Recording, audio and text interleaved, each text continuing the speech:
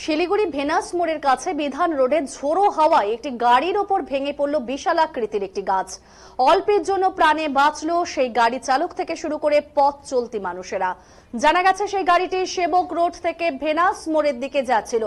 ঠিক সেই সময় ভেনাস মোড় পৌঁছানোর আগেই ঝোড়ো হাওয়ার জেরে রাস্তার পাশে থাকা একটি গাছ ভেঙে পড়ে যায়।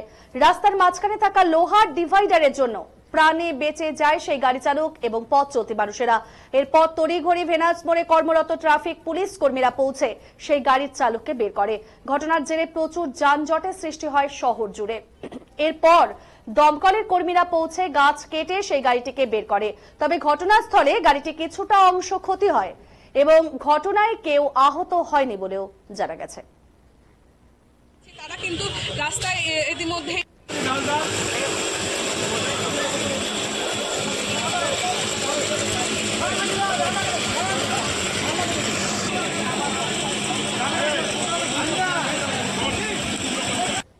কীভাবে বুঝতে পারলাম না। এখানে তো গণেশ মোড়ে এমনি পুরো জাম থাকে। আমি লাড্ডু গোপাল আমার ওখানে অফিস থেকে যাচ্ছিলাম নগরহাট। হুট করে এত সাউন্ড করছে আমি বুঝতেই পারলাম না। পরে দেখতেছি আমার গাড়ির উপরে চাপ করছে। আমি তো বাইরে হতে পারছিলাম না, আমাকে হেল্প করে বাইরে করছে। দেখতে পাচ্ছেন গাড়ির অবস্থা সেই। ওই সময় কি ট্রাফিক ছিল আর কি কারো ক্ষতি কিছু হয়েছে মনে হচ্ছে? আমার পাশে একজন বাইকে বসেছিল, মানে ও লাগছে। আমি তো ভিতরে ছিলাম, রোডে ছিল বলে আমি বাইকে গেছি, নাহলে তো আমি ভিতরে ভেসে যেতাম। হয়তো আমার কিছু গাড়ির কি ক্ষতি হয়েছে বলে মনে হচ্ছে?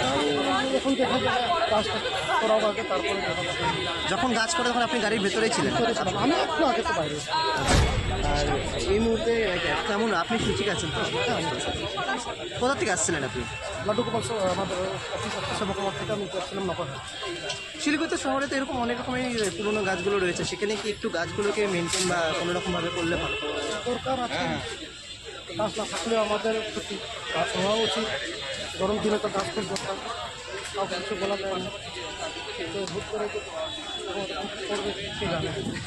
না, এটা আমার বাইক ছিল। দাদা কি নাম আপনার? আপনার নাম? বিকাশ। বিকাশ। দেখ কীভাবে বুঝতে